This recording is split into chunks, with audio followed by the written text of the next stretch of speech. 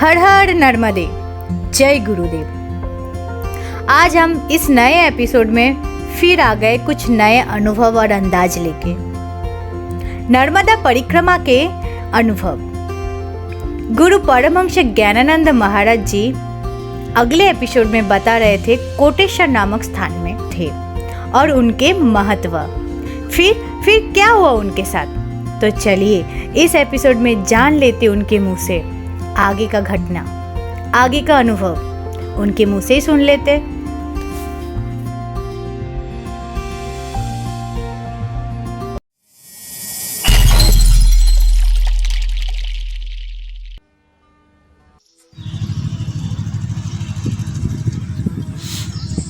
हरि ओम। गुरुर्ब्रह्मा गुरुर्विष्णु गुरुर्देव महेश्वर गुरुरेव परं ब्रह्म तस्मै श्री गुरवे नमः।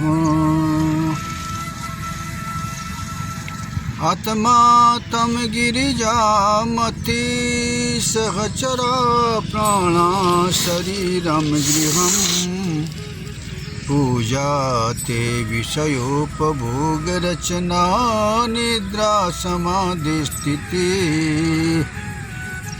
संचार पदयो प्रदक्षिण विधि स्तोत्राणि सर्वागिरो यद्दत्कर्म करोमि तदखिलं शम्भो तवाराधनम्। ओम श्री परमात्मने नमः। माँ नर्मदा जी के परिक्रमावासी तीर्थयात्री तीर्थ यात्रा में जा रहे थे। सुना है बहुत बार, कितनी कथा, अब देखने की इच्छा बड़ी तीव्र है। मांडवगढ़, आप सारे देवभूमि भारतवर्ष के अधिवासी हैं। प्राचीन काल के ऋषियों ने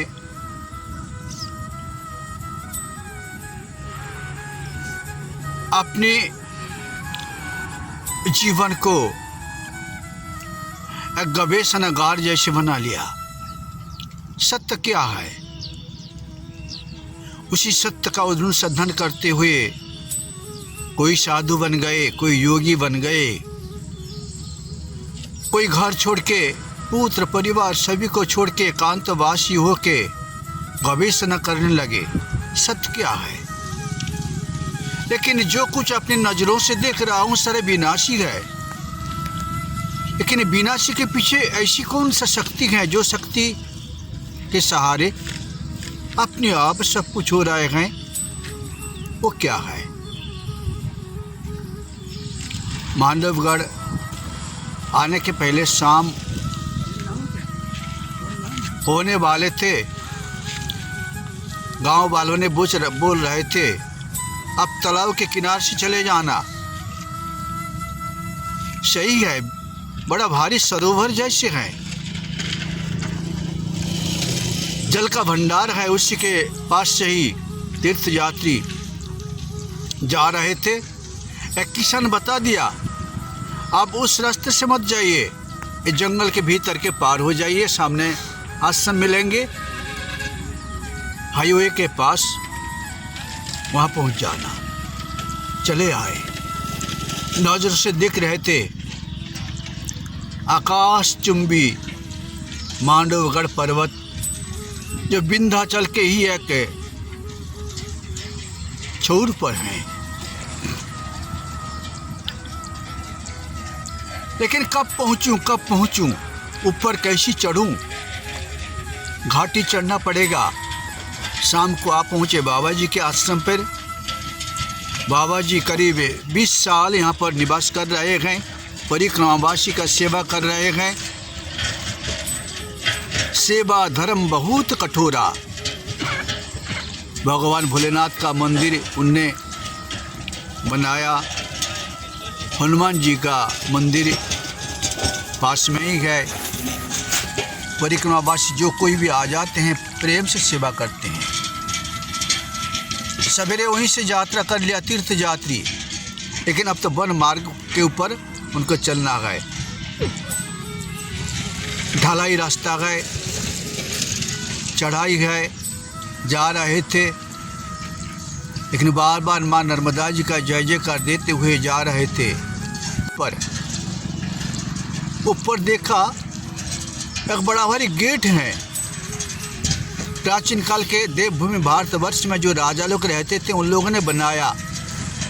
सुरक्षित दुर्ग के भीतर रहना है, नहीं तो बाहरी शत्रु कब आ जाएगा कौन जाने।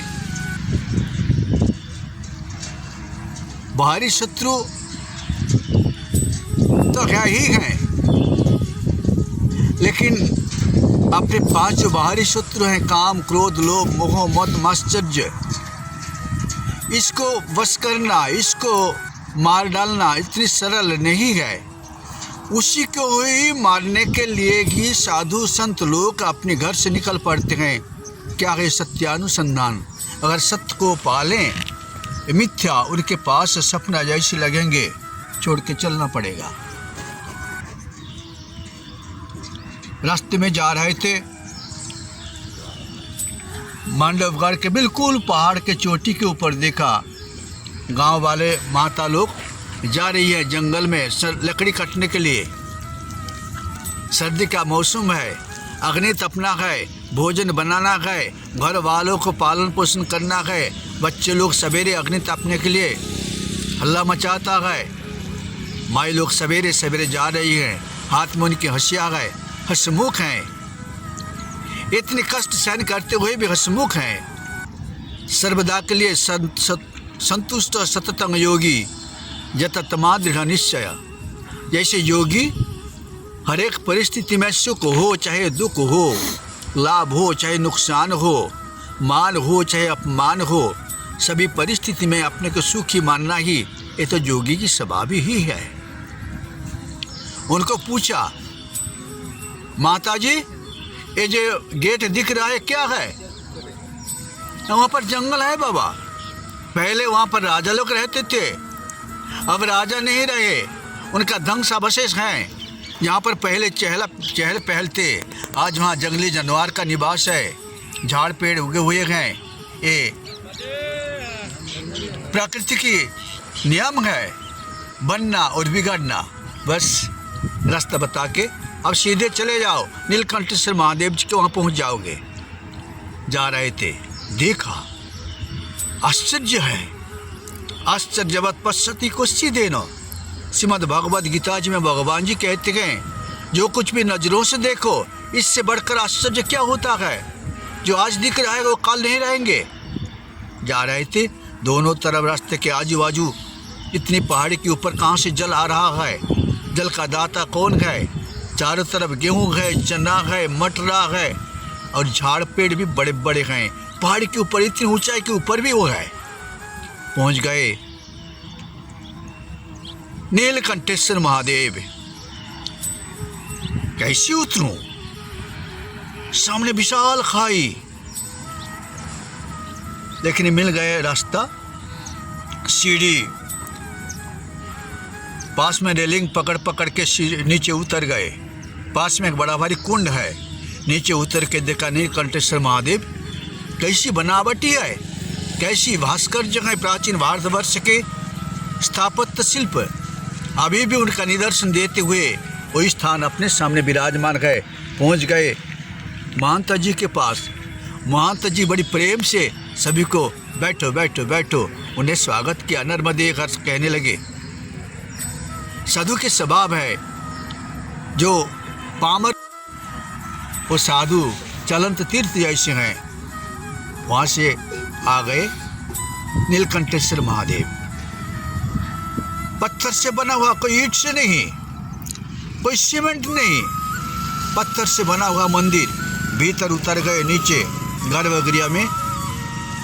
ओम जल का धारा, जल का धारा अपने आप नीचे उनकी आवाज़ आ रही है। पहाड़ का, पत्थर का छत्ती फाड़ फाड़ के जल का धारा निकल रही है। जो भोलेनाथ के ऊपर वही जल अंजलि भर के तीर्थ यात्री चढ़ा रहे हैं।